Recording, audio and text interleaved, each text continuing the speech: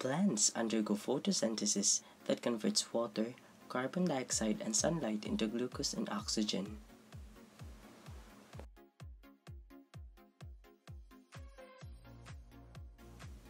These are highly needed by animals like us humans in cellular respiration.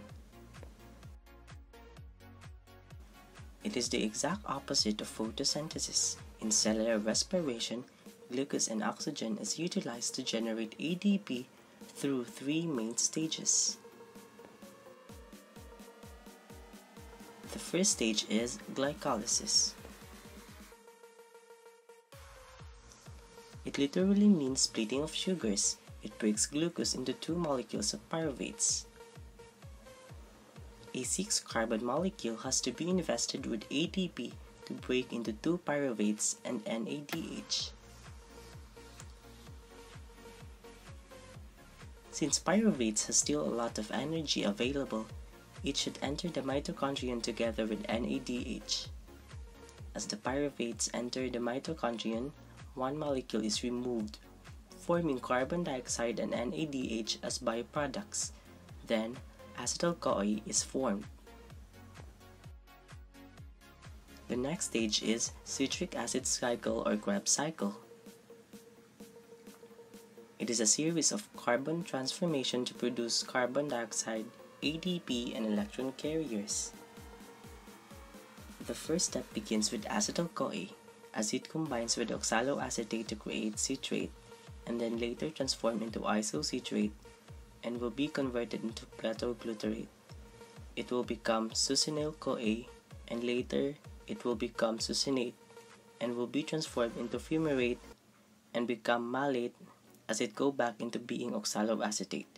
Remember that there are two molecules of acetyl-CoA, so the process of citric acid cycle will happen twice.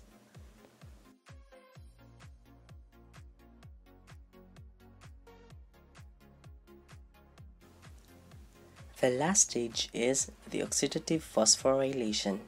It is the process in which ATP is formed as a result of transport or electrons. The process begins with NADH being oxidized into NAD+ and donates 2 electrons to the first complex. This is the same with FADH in the second complex. Both of the electrons will power off the complex to pump out protons. The electrons will be formed into H2O as oxygen is the final receptor. The protons outside will be pulled by the ATP synthase to produce ATP. 4 protons is equal to 1 ATP. This process is chemiosmosis.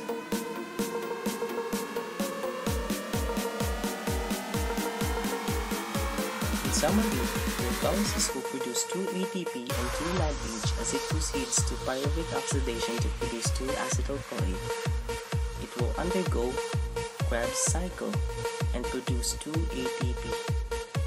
Later on, it will go to the last stage, which is the oxidative phosphorylation, the ETC, and the chemiosmosis, where most of the ATP is being produced, approximately 26 to 28 ATP. Take a look. And that was the wonders underlying the cellular respiration. I hope you guys learned something out from our explanation regarding cellular respiration.